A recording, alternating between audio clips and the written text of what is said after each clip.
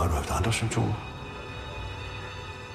Svimmelhed, synsforstyrrelser, noget af den art? Nej. Du hedder Marie, ikke? Hvor ved du det fra?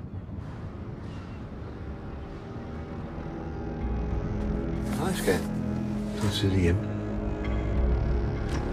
Vi ved fra din mors tilfælde, at der er stor sandsynlighed for, at du vil udvikle kraftig overvækst over hele kroppen. Der vil også være psykiske forandringer. Du vil blive mere opfarende og aggressiv.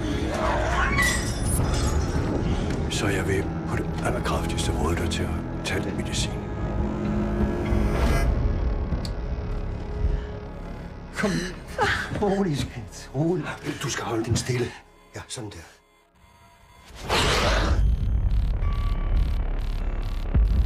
Hvis du går ud sådan der, så kan jeg ikke gøre mere for dig.